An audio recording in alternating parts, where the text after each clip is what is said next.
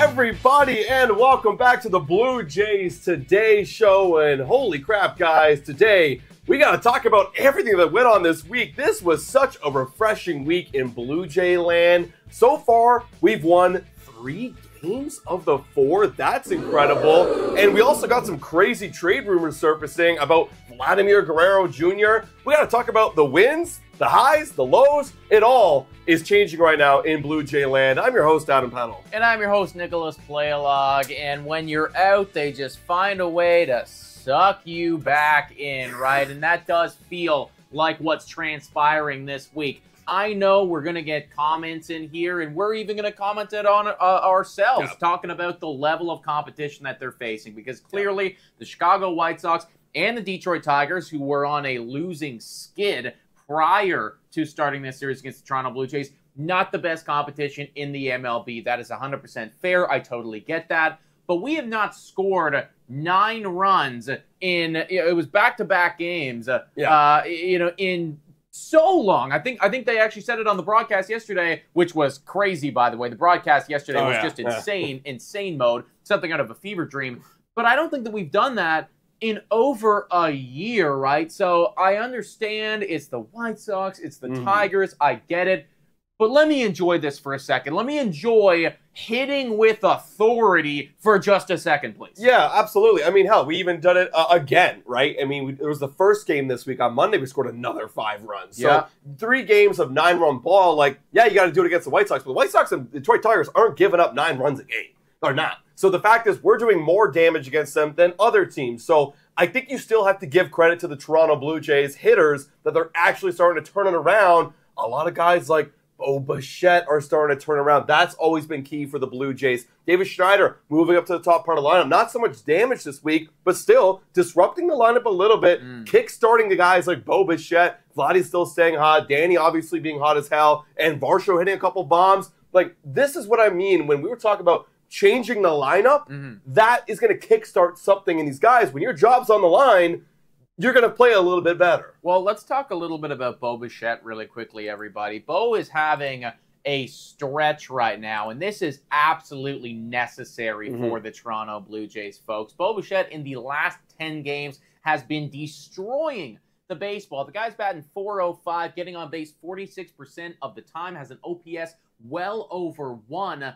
It's interesting because when you look at Bo and when you look at the at-bats, I haven't really noticed a whole lot of change. That's what's funny, bro. I really haven't. It feels like the guy is still doing the same stuff that he was doing at the beginning of April when, you know, he just couldn't buy a hit, right? Yeah. So it's interesting in that, like, I guess it begs the question, is he back? Are we still concerned here? Is this just a blip, lightning in a bottle? Or is this something that's going to continue? Well, I think of it this way. I mean, even when Bo Bichette was struggling and we're throwing out there, he's got to change his approach. He's got to be a little bit more selective. Do you think Bo is ever going to listen to anyone else but himself? Because Bo Bichette's been doing that literally his entire career. He has been swinging at borderline pitches. I mean, hell, there were so many hits he had the last week where it was an off-the-plate pitch and he poked it into right field for a double and scored 2 runs. That's how Bo Bichette's going to play his game. And there's going to be the highs, as we've seen in the past, and there's going to be the lows like we just saw. But at the end of the day, Bo Bichette knows Bo Bichette better than anybody else. And that's why year to year he's so consistent.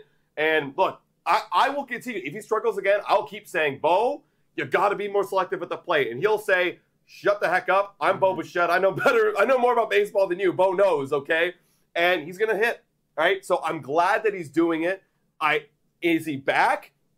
Potentially. I mean, he's hot right now. When he's hot, he's hot. He'll get like 4 or 5 hits a game, it seems like, in back-to-back games. So let's keep riding it. Are you kind of back on the Bo Bichette wagon as well? Well, I think I've always been there, but I've been disappointed. Look, I'm never off the Bo train. Like, obviously, we've been giving this guy a hard time, but understandably so because the results haven't been good.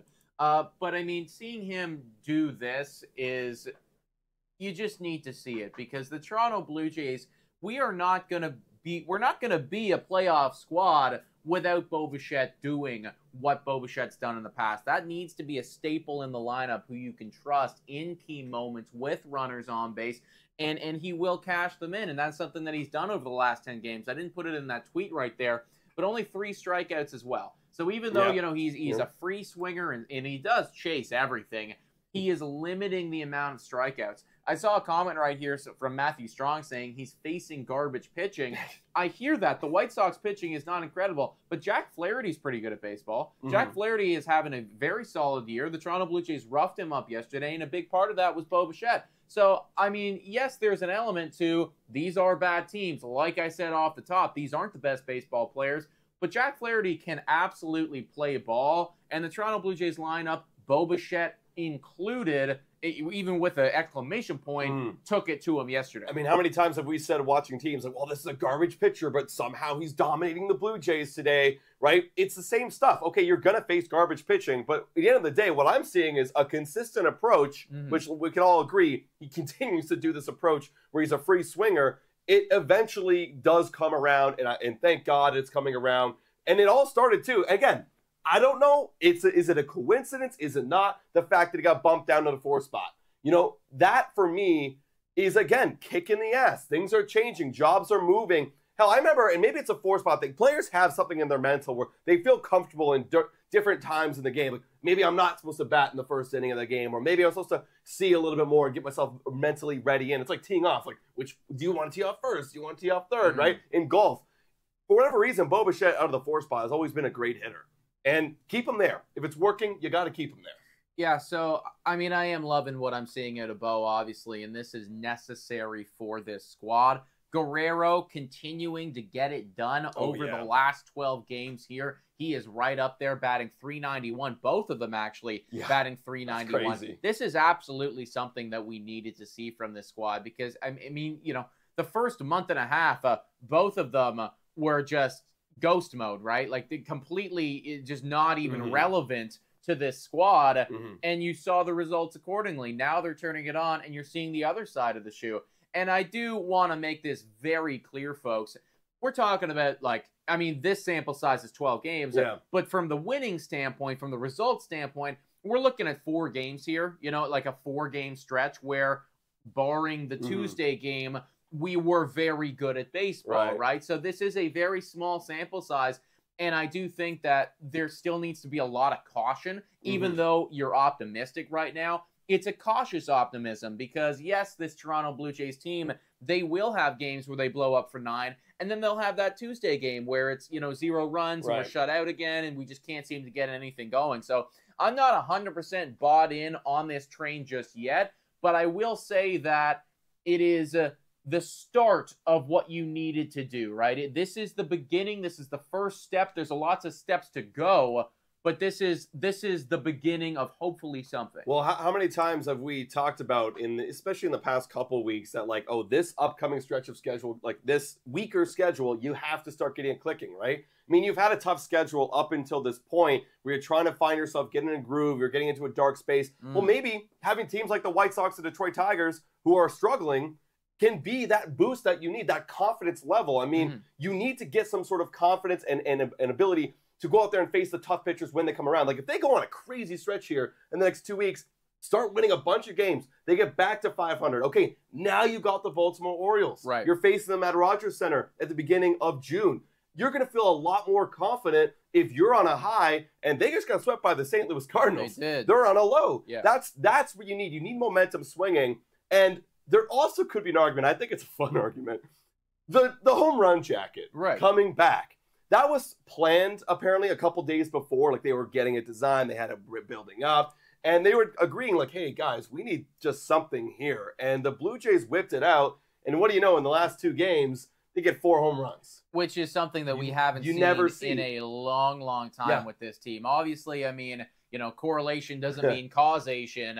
But I do think that having that jacket adds an element of fun to this team, adds an element of energy. Bo Bichette, I mean, granted, he was coming off of a home run, but I haven't really seen that guy smile the way that he smiled when he was putting on that jacket for the first time this year, right? Like, it's an exciting thing, and you got to imagine in the dugout, in the locker room, right, there's probably some conversations going on about, hey, I got the jacket on before you did. When are you going to get the jacket on, right? And, it's almost that, like, it brings a level of competition, but fun competition to everything. So I think it's great, and I really don't understand why they dropped it in the first place. Like, I mean, I think we were overthinking. I think we were overthinking the fact that, like, hey, we're having too much fun in 21 and 22 with Lourdes and Teo, and then you trade them away, and it's like, time to get serious. Time for this run prevention strategy. Time to play serious baseball to get over the hump, and you drop it, and it didn't work, and, you know, it felt like something was missing, and you're right. It has no correlation. Bo Bichette, I mean, there's no correlation, obviously. It's a jacket. I don't think it has anything to do with if we play good or not, but that's why we brought it back, because I think it could help in a way. And he helped because he said it felt like something we should do, and we did it. If you feel like, you know, something's missing here, again, it's a mental thing. It's baseball players are very superstitious, and it's a mental thing. If you can settle yourself mentally and feel fun and feel rewarded for doing something good, that could play something in the long term. You know, look, I'll give my 2 cents here, thinking that I think it did actually play a bit of a role, right? I'm not going to attribute everything to the goddamn jacket, right? But, you know, there is a mental aspect to this game. You know, you look at Danny Jansen, that guy can't wear batting gloves. I'm sure he's been told time and time again, wear batting gloves. And clear, like, we can all agree that putting on batting gloves, you know, compared to not wearing batting gloves, it wouldn't change his game. It wouldn't hit. In fact, it may even help his game a little bit, right? It wouldn't do anything. But there's a mental aspect there where it's like, I play better without batting gloves. It doesn't make sense. You know, but that's his thing, right? And there is that mental element to it where it's like, oh, now this, you know, there's a whole other you know, jacket now coming into this thing, a whole other element here that is now being added to our game. So I do think that there's something to be said for that mental element. I was talking to a couple people the other day, actually. Shout out to Blue Jays Buzz. I was on their podcast. And you know, we were discussing this whole jacket thing and the fact that they did take away the fun. And I thought about the Baltimore Orioles, who have been incredible at baseball. They have a fucking beer bong. They have a beer bong that they drink out of. You know, water, obviously, during the game. I'm sure they've had some other liquids in there, you know, when they clinch playoffs and everything like that. But they have a literal beer bong that they drink out of every time they hit a home run. That is the most ridiculous thing that maybe I've ever seen in professional sports. And somehow they won the division last year, and they are on a great trajectory once again this year. So, I mean, look, there is something to be said for adding these other elements to your game and bringing in a sense of energy into a team that desperately needed something before this week started. Yeah, I mean, why does Vladdy sign the ground every single time? It's a superstition thing. It's a mental aspect, right? Everyone has. I guarantee that if you ask any baseball player, what's your, like, superstition? Like, they have a pre-game ritual. I know Kevin Gausman, a lot of pitchers have pre-game rituals right before the game that they must do every single time in order to feel game. Good. They have pre-start meals. Like, it's the same thing every single time, right? So this is all good. This is all fine. And yes, it is all against bad teams. But if they could continue this stretch, the narrative will begin to change. I'm not ready to say, like, oh yeah, we're back and we're competing. We got to be back to 500. Simple as that. We're 3 games below 500 right now, guys. Let's take a look over to the schedule real quick, or the standings real quick. As you can see, look, we're not completely out of it. If we even get back to a 500 mark, Boston is right outside of the wild card at 26 and 24. Okay, that's not too far away. That's literally 2.5 games back. There's many levels of game and stretches that you have to go on as the Toronto Blue Jays right now. Your next stretch is to get back and be in right behind that wild card spot. Then you're back. Well, you got to enter back into the conversation. You have to. Right now, we are on the outside and we are looking in, but we haven't dug ourselves too big of a hole that it's impossible, right? Like, in a month from now, it gets increasingly more difficult as time goes on, and that's when you really get into those conversations of selling pieces off, which we're going to get to, by the way. But you still have an opportunity here to enter back into that conversation before that Baltimore series, actually. You know, you still got a couple games against Detroit, and I do believe you have the White Sox again. Yeah, next week after Detroit. So that, you're looking at a very easy stretch right here that could get you right back into the mix, and they got to capitalize on it. Quick shout out to Scott Farr right here with the $4.99 dono saying the Baltimore series will be the true test. A plus 500 teammate, better pitching, and on the road test where we will find out if things have changed. And I do agree, right? Again, and we led off this Blue Jays Today show by saying we understand the quality of opponent that they're facing right now is not good. The White Sox could arguably be the worst team in baseball, and Detroit started good and are now just on a terrible downward trajectory. They're spiraling. So, this isn't really like the true test, but you got to handle these bad teams. And if you can, you get a little bit of momentum and you can handle Baltimore, then I think that that's when we can say, yes, you're back, or no, actually, we are not back. Right. Well, we'll take a look at that upcoming stretch in the rest of this series in a little bit later in this podcast, guys. But before we do, I think we have to address the whole Vladimir Guerrero trade speculation. This blew up before the home run jacket, before we were on the winning streak, because the Blue Jays were down in the dumps. Yes, we were. Very down. And a lot of people, a lot of different platforms and networks are coming out and saying, like, oh, who's the best fit for Vladimir Guerrero Jr., et cetera, et cetera. Because at the time, just a few days ago, it was like, well, yeah, if we continue playing like garbage, we're going to be trading Vladdy in a month or so. And you had BR walk off right now, the podcast here, talking about the different landing spots that Vladimir Guerrero Jr. could go to. Now, I'm not entirely bought in because, again, we'd have to continue playing horribly. We'd have to lose this series against Detroit. We'd have to then lose against the White Sox because it could all change really quick. Right. And then the conversations with Vladdy will continue to happen. Now, this came out, a lot of people had a lot of reactions of the top 10 landing spots. Are you buying in that, A, it would happen if we are continuing to suck, and B, what do you think of these teams in trading for them? Well, I see a comment right here saying, Chris, the price just went up big time, and that's kind of what it is, right? The more you win, the less that we need to talk about this. If you keep winning ball games, the Vladimir Guerrero Jr. trade speculation, that is going to disappear completely, because this team, with the payroll that they have and with the names that they have on this squad, they are supposed to be a playoff contending organization. And Ross Atkins, got to save his job, and Mark Shapiro, all of them, they don't want to have to do this, right? This is a last resort type of thing.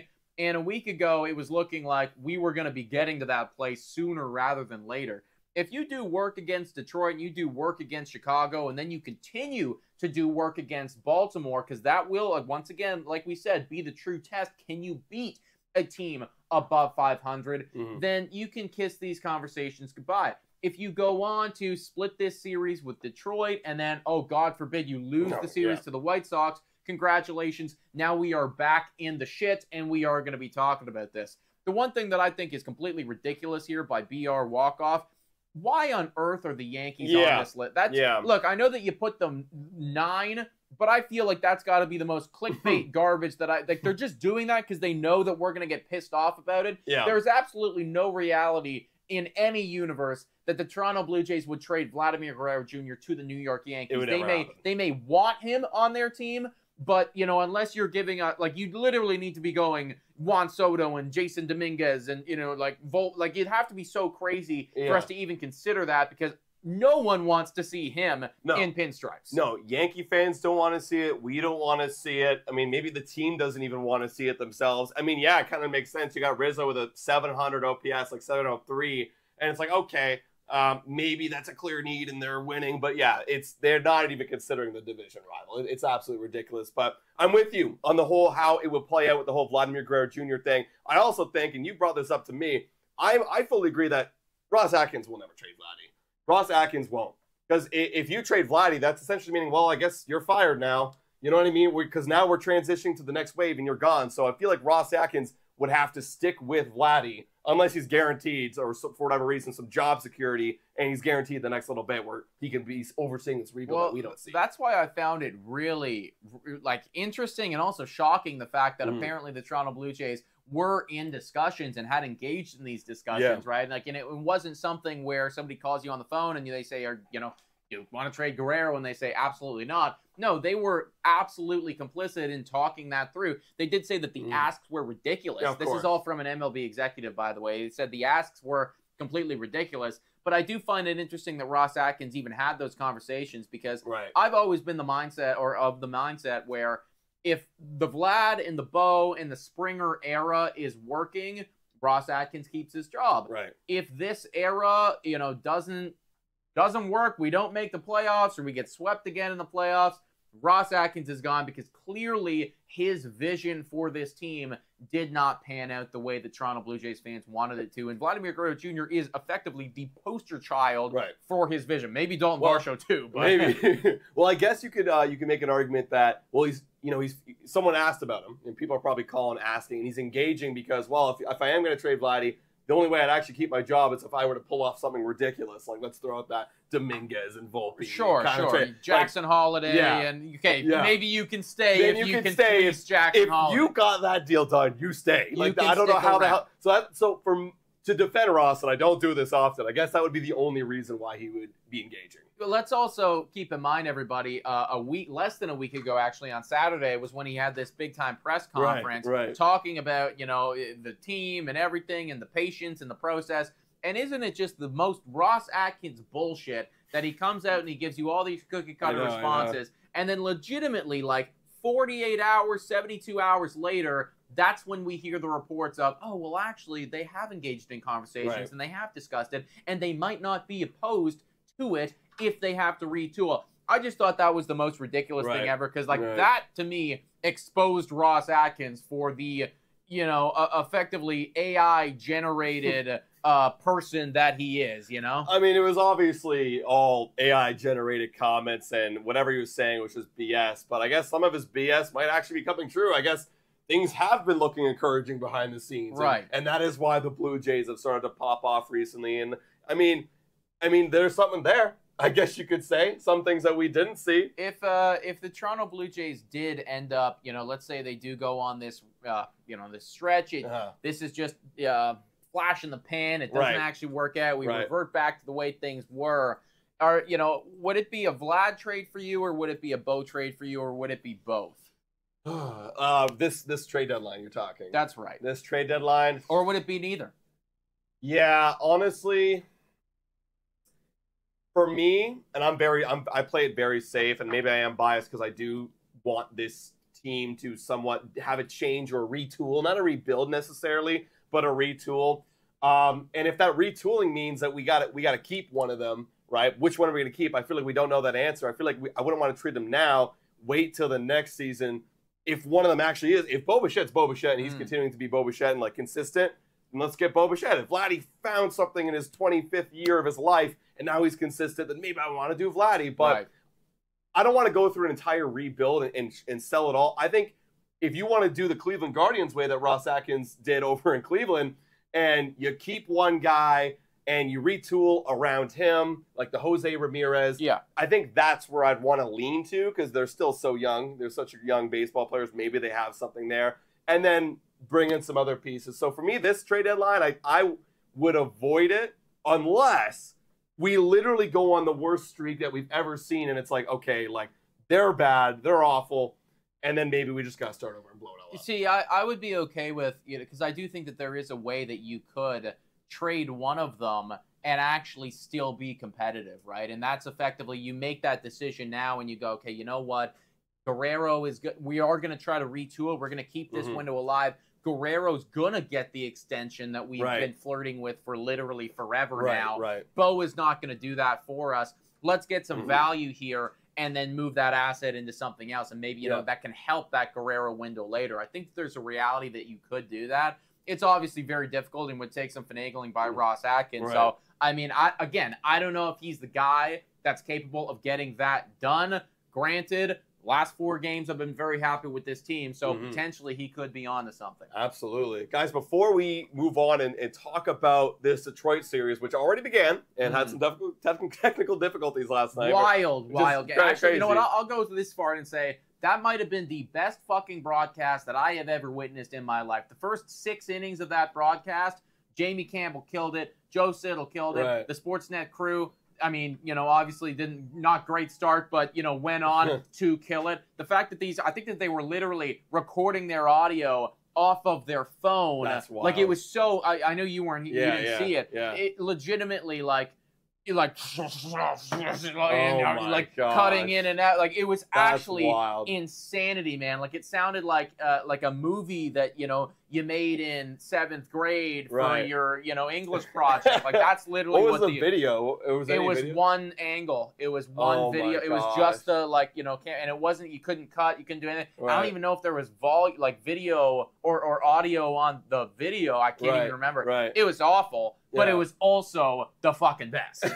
Old school baseball. It's like one of those things we watch a live stream of a high school baseball team. Well, that's literally what it felt like. It felt like I was watching like Single A or something like that. Yeah. But like even worse audio than that. And it was kind of cool because like it almost like it really I don't know if this is the right term, but like humanized everyone in the sense like they were just guys, like Joe Siddle was just a guy and Jamie Campbell was just a guy, and I almost felt like I was in the ballpark with them, being like, wow, okay, like I guess I got shitty seats then because I can only see one angle, but like this is it, and like it was nuts. Shout out to that entire crew. I mean, we know what it's like here on Blue Jays Today. I mean, we don't know it to that extent, but to have like lots of people watching you, especially the Blue Jays, hundreds of thousands, and then have everything just shut off. Completely crap out. And it's got to be a terrible feeling, but good job on them for actually pulling through. That is tech for you guys. Yeah. It's not just the Blue Jays Today, boys. Even the pros at Sportsnet have it happen as well. It takes a power outage, but they scrambled together to put it all together. Literally. Let's move on, everybody, and talk about these potential leaks here with the Blue Jays City Connect jersey. As you guys know, it is next Friday that they're going to be revealing the entire City Connect uniform for the Toronto Blue Jays. I'm stoked for it. We've been waiting for years to see this uniform come out. I know you guys are stoked for it. We're going to be buying ours like literally the day of. They might even be, we got to be quick because they're going to sell out fast probably, or at least the first round of them will. Yeah. But somebody on Reddit, no name 6391 here, credit to them. They have claimed that this is the hat from the Blue Jays City Connect jerseys. Again, like this is a claim on the internet, right? So take it with a grain of salt. But, you got a bunch of different people coming out and talking about this and saying maybe this is what it is because we have seen some other leaks in the past from some City Connect jerseys. So it's possible that this could actually be the case.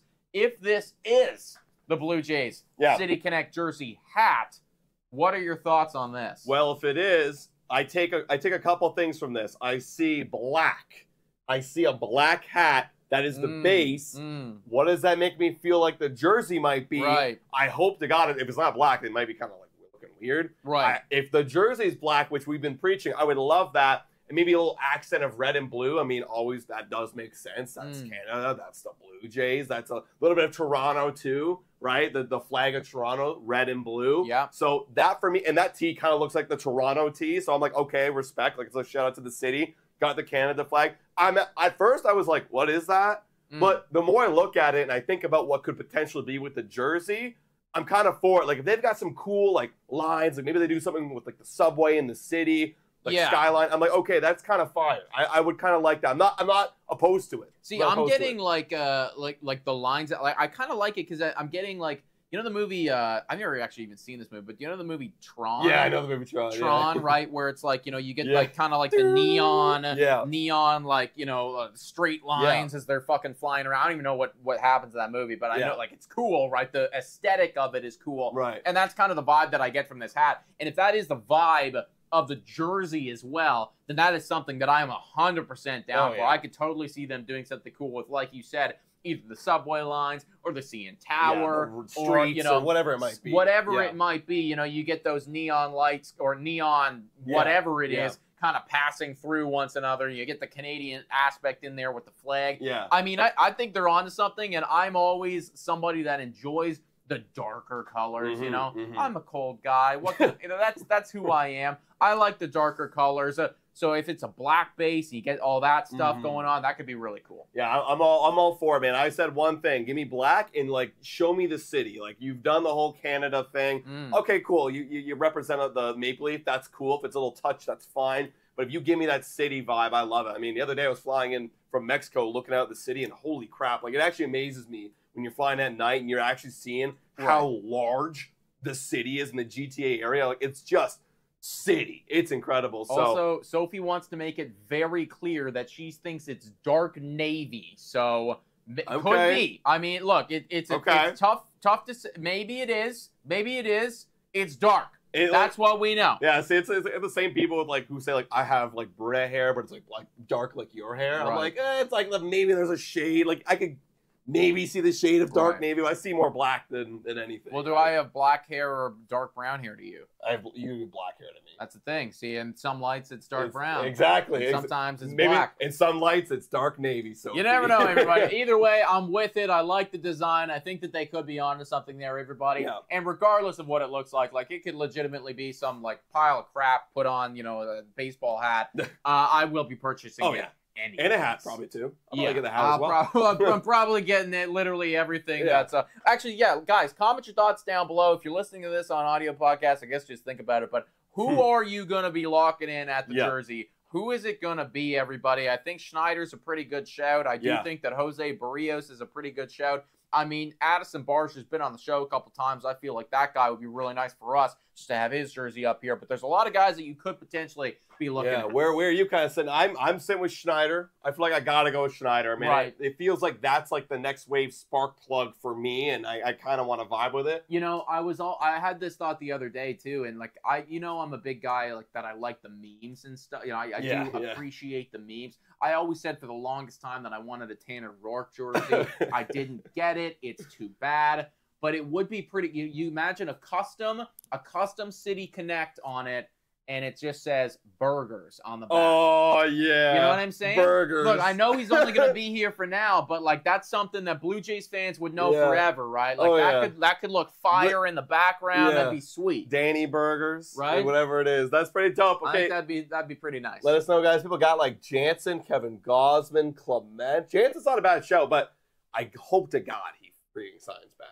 Well, that is part of it. Actually, you know what? Before we even get into the next segment, we got to talk about that for a second. I've been thinking about this for a little bit, Danny Jansen right now has an OPS that is currently, he's not qualified, but he is tied right now with Kyle Tucker for the league lead in OPS. That's crazy. Again, he's not qualified, right? Keep in mind. So he's done a smaller sample size than Kyle Tucker is. But Kyle Tucker's OPS is 1.060. That is the same as Danny Jansen right now, 1.060. Damn. If he had played enough games right now, well, maybe the OPS drops. We don't know. But assuming that it stays the same, because he's actually been getting better as the season's been going on, he would literally be leading the MLB right now with his slash line. This is somebody who is playing for their next contract, and holy mother of fuck, this guy is going to get every single dollar in the world if he keeps doing this. Yeah, he should. And man, they talked about this on Blair and Barker. They were discussing like what kind of contracts realistically will he get. And they brought up the same points that I was kind of bringing up before. It's like, well, he's an injury-prone catcher. Do you bring him in as a DH permanently? Does he go catching and then only plays half the games? Or do you risk the injury? What kind of contract and deal were you looking at? He's not going to take a team-friendly deal, because he is going to be like the hottest catcher on the market next year. I think if you're the Blue Jays, you got to wait. You got to let him. You're not going to let him. You don't want him to hit free agency, but he will hit free agency, and you got to try and sign him there. Well, you got to sign him in the offseason. I'll tell you right now, if I'm Danny Jansen, there is no, at this point of the season, there is no way I'm taking an extension offer. Like, I'd actually be honestly a little bit pissed off if you even approach me at this point, because I'd be going, guys, you've had me on this team for 5-6 years now. Right. You had all the time in the world to come talk to me. Now that I have my 1.06 OPS and there's only a couple months left till free agency, now you want to talk? Screw that. I'm going to free agency. I am going to get a bag and a half right now, and I do think that's what's going to happen. Well, James right here is saying 5-year, $90 million. I believe that's $18 million per year. That's the exact number that they were talking about on Blair and Barker. 18 mil per year. I would smash that in a heartbeat. Well, it's smashing it. Look, really the only concern with Danny Jansen in terms of a monetary investment is his longevity and is the fact that, he's a catcher. They get beat up a lot. And also, too, I mean, he's injury prone. It's happened time and time again. But we've seen it now for the past, 3 years. When he is on the field, he is incredible with the bat. I would be very interested. And, I mean, it'd be tough because he has so much value as a catcher. But I would be very interested to see him make that transition to a DH role. Permanent DH. Permanent DH role. Like, these numbers are good enough. Yeah. Of course they're good enough to be a permanent DH. Could he continue that if he left the catching spot? I don't know, right? It is sometimes a jump to go from playing your position and then straight to the hitting, because there's a mental aspect involved in that as well. Now all I do is hit, so there could be an element there. But if you really want to make an investment long term and you're just looking at the power that he brings, you know, put him as a designated hitter. You know what's wild? We haven't even seen 1,500 at bats from Danny Jansen in his career. Like, this guy's about to hit. Actually insane. He's about to hit free agency, and he only has 1,291. Wow, that is also an area of concern. You know, that is concerning. I'm trying to pull up here. For whatever reason, my computer does not. It takes a while sometimes. Yeah. It does take a while. But essentially, the last 3 seasons is when he like changed his approach. Where I'm going to be a pull hitter, just a premium pull hitter in baseball. And as you can see, like the numbers are. Oh, there we go. Finally. It's unreal, guys. He's an 850 OPS. That's the thing, yeah. In the last 3 years and 182 games, that's enough of a sample size that you can go, okay, maybe I'm not going to get a 1 OPS every time, but like still, we are going to get a lot of pop. There's going to be a lot of slug. He will absolutely. That's the thing, right? 37 home runs in 182 games. That's only 20 games over what a regular season is. So he's effectively on pace for 32 or so home runs in that and 1 season of baseball. 90 RBIs. Incredible. And and I am kind of pissed off at the Toronto Blue Jays for not having the wherewithal to go out and sign him, because we were talking about this in this offseason saying, why are you not extending him right now? We know what Danny Jansen's capable of. Now you missed the opportunity. Yeah. Now he's going to go to free agency. You're going to have to duke it out with some other teams there. I think I saw, I think it might have been Sophie, so shout out Sophie if this was you. If it wasn't, and take the credit anyways. But I saw a Twitter poll saying, which Blue Jay do you want to extend next? And it's Danny Jansen, Vladdy Jr., Bo Bichette, and Yusei Kikuchi, and I smashed Danny Jansen. Right. I smashed it. Because it's so obvious. Like, the pitching staff he carries, he does it with the bat. He's figuring it out. He's sneakily one of the best offensive catchers in baseball. You smash that. Well, I do think a really important element to this entire Danny Jansen conversation in relation to the Toronto Blue Jays as well is, how is Alejandro Kirk going to perform over the next several months of baseball? And we don't know. Yeah. If he can, again, turn it on, because we've seen him be so good at baseball before, and we've seen him be absolute ass. And so far this year, it is definitely closer to the latter. If he can turn it on and be really solid again, well, okay, now we have a little bit more flexibility. Maybe we don't need to spend $90 million on Danny Jansen. But if you walk into the offseason and Danny Jansen still has an OPS around that 850 mark, or maybe even higher, and Alejandro Kirk is batting low 200s, you know, with a 600 something, you're fucked. Yeah, it's not that I don't believe in Alejandro Kirk. But yeah, who's your number 2 catcher? We've had a luxury of catchers in the last few years. Who's your number 2 catcher now? I have no clue. Ryan Servin? Literally. Like, I don't feel good with that. I'm not sure. I don't feel good. Yeah, exactly. Like, we had the luxury of having all these catchers. Then we traded them away. Then one of them keeps getting hurt. One of them is just underperforming. And, you know, we're in this position now where, what was our strength could very soon turn into a weakness. Exactly. Either way, find the money, lock them down for time. Even if we enter into a rebuild, I do not care. That's a great rebuilding tool. Literally. Got to build around. Danny freaking Bombs, Dirty Hands, Jansen. We love him to death. Let's take a look at this series right now, the remaining series with the Detroit Tigers, everybody. Tonight, you got Alek Manoah going up against Matt Manning. Alek Manoah, last 3 appearances, 3 ERA, and specifically the last 2 no earned runs. Yes, some were cashed in the previous start, but that wasn't even his fault. There was an error, and the last start specifically was absolutely impeccable. So he's building on something right now. What are your thoughts on Alek Manoah tonight against the Detroit Tigers? See, it's interesting, right? Like, yes, having 2 good back-to-back starts gives me a lot of confidence, especially his last start. Not only no earned runs, but 1-hit baseball. Like, that's phenomenal, right? That's dominance, right? There's no fluke involved here. You were dominant the entire time. And it's not against the Chicago White Sox either. It was against the Tampa Bay Rays, a very, very good lineup. It's not very good. I pull that back. Average. This year, they're average. But still, you could do that against them. You could sure as hell do it against the Detroit Tigers that are well below average this year. And then Matt Manning getting beaten up. And the way the offense has been clicking, I feel like this is destined for a win one way or another. I don't know if it's going to be low scoring or high scoring. I feel like the momentum is in the Blue Jays' favor here. I'm going to go with the Blue Jays W here today. I do think it's going to be a Toronto Blue Jays W as well. It feels like the momentum is again in our favor, like Adam said. I think a big element here is going to be Alek Manoah, right? Yes. I'm still not ready to go, Alek Manoah is back after 2 good starts, right? Because the start previous to that was absolutely abysmal. It was horrible. So, it was horrible. you know, this one, if you have 3 really solid starts in a row, that's just adding more onto your resume to go, you know what? I can compete at this level. My stuff is absolutely good enough. I was going through a rough patch. I can do this again. And he's just going to continue to build up that confidence level. So I'm going to say Toronto Blue Jays win. I'm really hoping it comes off of the back of another good Alek Manoah performance. Because that is gonna lead us into the next start where hopefully the ball can just keep on rolling. Agreed. Before we get into it though, let's give our Betway shout out and then talk about what we're betting on for this game tonight. Whoa! Time for your daily Betway breather. A quick reminder that the best place to bet is on Betway. Must be 19 years of age or older to play. In collaboration with iGaming Ontario, please bet responsibly. Now, back to the content. Shout out to Betway, everybody, for being absolutely phenomenal, folks. We got a couple bets that we're going to be riding with tonight during our live stream, everybody. 6:40 is the game, I believe, so we will be live at 6:30, folks. Tune in there. It should be a good one with Manoah on the bump.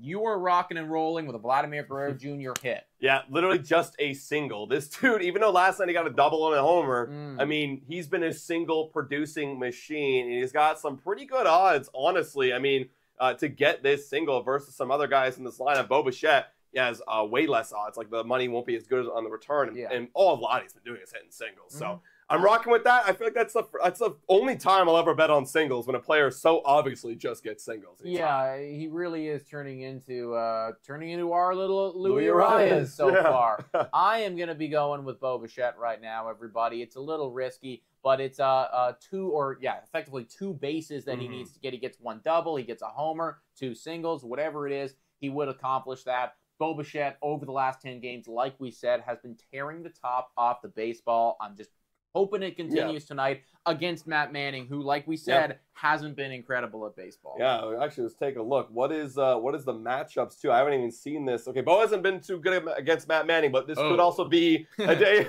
I mean, also Guerrero hasn't been that good either. But this is a different Blue Jay team. You know what I'm saying, guys? Harry Clement maybe will come clutch. I don't know. But let's hope that they get that tonight, everybody. Moving on to game 2, which will be this Saturday. You've got Jose Barrios, and he's going to be up against a bullpen day, it looks like. I'm not sure if they're going to call anybody up, but they have that blank spot. They had a bullpen day the last time in this start. But Jose Barrios hasn't been the same Jose in the past. He's given up some runs recently, a lot of bulk runs. But again, you're up against a bullpen day. What are your kind of thoughts on that? Well, I mean, Jose Barrios is going through a bit of a cold stretch. There's no denying it. He has got roughed up recently. But, you know, once again, we are talking about a bullpen day of the Detroit Tigers. I gotta say we're gonna win this one, and I just gotta hope that this is where the momentum continues. Like, everything is lining up in our favor to have a good series right now, folks. It keeps coming back to the offense. You gotta keep humming. You know, like you don't, like, you got 9 runs yesterday, great. Get more today, right? That's not enough. Like, we didn't accomplish the goal. That was, you know, the first step. Let's keep doing it. So as long as the offense can keep humming, we should absolutely win this game. We should win the previous game and probably win the next one too. Yeah, I mean, this one, if any of them, would be the L for me, but I gotta say we have the advantage here and gotta get the W. I do see Sophie here saying it's Casey Mize tomorrow and Maed on Sunday. That's if they bump everyone up and they skip that bullpen start, which would be less days of rest. If they do that, then, I mean, then definitely we're winning, because as pitcher going on 1 less day of rest, like, that's going to be a recipe for disaster. But if they do the bullpen day, it would be Mize right here against Kikuchi, which I've got to lock in. I've got to lock in this one right here. Kikuchi's been on an absolute tear. Just an absolute tear recently. So what you're saying is we're gonna sweep? We're gonna sweep a 4-game series. That's why if we were to lose, it would be this one. But this one feels like a nice little lock. And I can't predict a sweep. You know what I'm saying? Well, that's like a 4-game sweep is insane, and That especially would bring us all the way back. talking about a team that literally has not swept once this year. Yeah, okay, now I'm realizing that this is I just can't do that. I know. So I'll just go and say that we lose this one then. Kikuchi is 2-4 on the year, so he has taken a couple losses. I'll say that we lose this one, even though Cooch has been absolutely loose, as Sophie's saying. But yeah, I'm just not ready. I'm not at a place yet after watching us, beat the White Sox and whatever, to say that we could literally go on to win a 4-game series on the road, sweep a 4-game series on the road. Oh yeah, I'll say we lose the Barrios one. If it is a bullpen day, bullpen's gonna mess us up. We're gonna put up a 1 or 2 runs like classic, and then we're gonna dominate in Game 3. But still, hey, at this point, I know that we're getting a little bit of a cheat because we just saw the game yesterday, but we're predicting a series win, a 4-game series win, 3-1. Yeah, that would effectively put us at 26-27. So then if we win the following week, not to get ahead of ourselves, against the White Sox, which you should, you're back to 500. Yeah. You're back to 500. You're literally, it's that quick, everybody. Like if you go on and if you win the next few games against Detroit and then win the series against the White Sox, you are 100% back in the mix. And now all these conversations about selling and everything like that, they can go down the drain. I want to finish off by saying that right now, Blue Jays playoff odds 25% on Fangraphs. Bumping. Look, I mean, that's still not great, 1 in 4 times, but considering last week we were at 16%, we are on an upward trajectory. So there is positive signs here. The vibes are good. Yeah, we just got to hope for a series win. I'm getting excited. Don't want to get ahead of myself, but if we can win tonight and at least get a split, I still feel good about winning one of those other 2 games. Yeah. Wow. I'm just taking a moment thinking that would be such a roller coaster. That would be such a roller coaster. We could be back. Again, once again, terrible competition. We'll see how we do against the Baltimore Orioles when we get there, but could be back. That's the key. Guys, let us know all your thoughts in the comments down below, starting with how good this Toronto Blue Jays team, and if you're back on the hype train, and as well, be buying into any of these Vladimir Jr. rumors. I'm kind of off. We're not really sure. We'll see how they play. That will determine everything in the next month or so. Yeah, thank you so much for watching, everybody. You are all absolute legends. Shout out quickly to our Patreon and YouTube members for being the absolute best. Here you guys are. Flash them up. Patreon and YouTube members. We will see, hopefully, all of you guys tonight for the live stream. Yeah, guys, thank you so much for watching. And as always, go Jays, go!